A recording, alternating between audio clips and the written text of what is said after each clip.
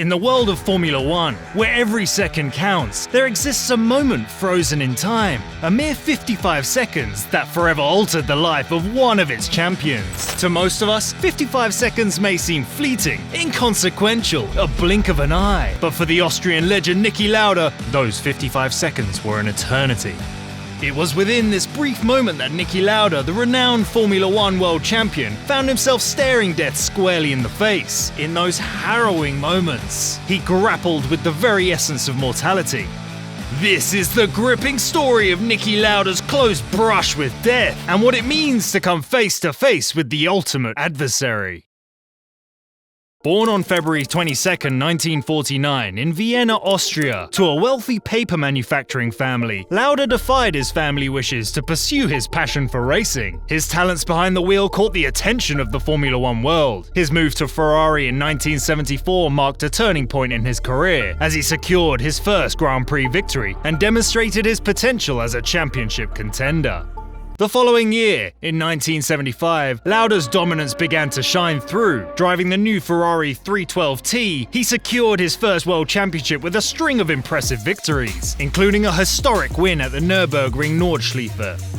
As the 1976 Formula One season unfolded, Niki Lauda's dominance seemed unassailable. With 61 points to his name, he held a commanding lead over his closest rival, James Hunt. Some of you might remember him. James Hunt was no ordinary adversary. He embodied the epitome of charisma, his charm and audacity captivating the media and fans alike. In stark contrast, Lauda personified discipline and precision. Nicknamed the Rat for his thin face and prominent teeth, he lacked Hunt's effortless good looks and charm. But what he lacked in charisma, he more than made up for in sheer speed and meticulous preparation. 1 week before the 1976 German Grand Prix at the Nürburgring, even though he was the fastest driver on the circuit at the time, Lauda urged his fellow drivers to boycott the race, largely because of the 23-kilometer, 14-mile circuit safety arrangements, citing the organizers' lack of resources to properly manage such a huge circuit, including lack of fire marshals, fire and safety equipment, and safety vehicles. If you are wondering why all of these things were absent at the time, well, the answer is simple. Formula One was quite dangerous at the time. In the gritty world of 1970s Formula One racing, danger lurked around every corner for drivers. From inadequate safety measures to subpar infrastructure, the stage was set for tragedy. It also didn't help that the circuit, winding through the densely forested Eifel Mountains, held a dark history at the time, having already claimed the lives of 5 drivers. As a matter of fact, 3 of the drivers who participated in the race that day later died in Formula One incidents. Tom Price in 1977, Ronnie Peterson in 1978, and Patrick DePaler in 1980. But despite Lauda's clamour for the boycott to force organisers to do better, a majority of the drivers voted against the boycott, and the race went ahead. The weather forecast for the race on August 1st projected a rainy day. Most drivers, including Lauda, began the race with wet tyres. But as fate would have it, the weather had other plans. As soon as the race started, the rain stopped and paved the way for dry weather. The drivers who started the race with wet tyres quickly made pit stops to change their tyres to dry ones. After concluding the first lap, Lauda, like the other drivers, decided to change to wet tyres. He soon returned to the race and picked up more speed to regain lost time from the tyre change.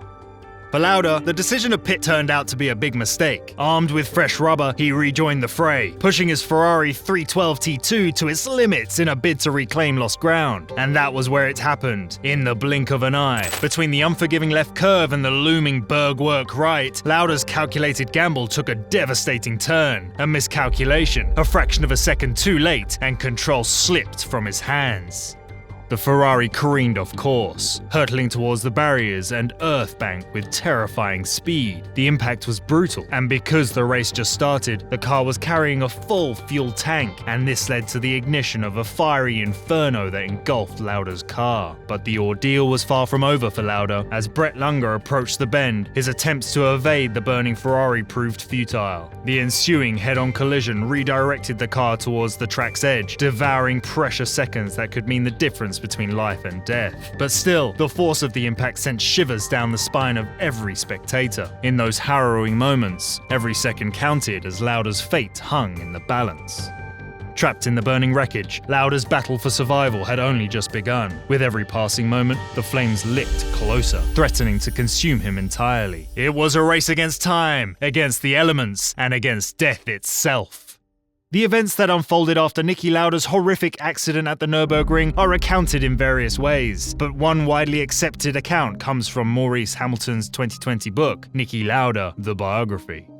According to Hamilton's narrative, a critical moment arose amidst the chaos of the Nürburgring race. With only one ill-equipped marshal present, the drivers knew they had to act swiftly to save Lauda. Harold Ertl managed to locate a fire extinguisher and douse the cockpit, while Brett Lunger, drawing on his experience as a seasoned veteran from the Vietnam War, positioned himself at the car's center. As seconds turned into agonizing minutes, progress felt elusive. But then, a ray of hope emerged as Arturo Merzario, a former Ferrari driver familiar with seatbelt mechanisms, bravely entered the intense heat to release Lauda's harness. Merzario vividly recalled the difficulty of the situation, describing Lauda's struggle against the flames as he desperately tried to free himself. Finally, as Lauda lost consciousness, his body relaxed, and this allowed Merzario to release the seatbelt and free Lauda's body. Clearly, it was Arturo Merzario's courageous intervention that proved to be a pivotal moment that likely saved Niki Lauda's life. Throughout his later years, Lauda never forgot the selfless acts of bravery displayed by Merzario and remained profoundly grateful to the Italian for his heroic actions. In an interview with BBC Radio 5 Live, Lauda said, There were basically 2 or 3 drivers trying to get me out of the car, but one was Arturo Merzario, the Italian guy, who also had to stop there at the scene because I blocked the road, and he really came into the car himself, triggered my seatbelt loose, and then pulled me out. It was unbelievable how he could do that, and I met him afterwards, and I said, how could he do it? He said, honestly, I do not know, but to open your seatbelt was so difficult, because you were pushing so hard against it, and when it was open, I got you out of the car like a feather, he said. Despite being saved from the burning vehicle, Lauda's injuries were severe, particularly to his head and hands, accompanied by a broken collarbone. The skin on his head and face was burned all the way to his skull. The foam of his modified helmet slid off after the impact and left his head exposed to the flames. He tried to protect his face with his hands, so the skin on them virtually melted in fire. Beyond the visible injuries, he had inhaled toxic gases. His lungs and his blood were a mess. The doctors gave him minimum chances to survive. Swiftly airlifted to the hospital, his condition deteriorated rapidly, prompting grave concerns among those attending to him. In fact, his condition became so dire that preparations for his potential demise were made, with a priest summoned to administer the last rites. 3 days after the harrowing crash, Niki Lauda defied the odds and emerged from the brink of death. Legend has it that upon regaining consciousness, his first words were a defiant declaration, "Tell the priests I'm still alive!"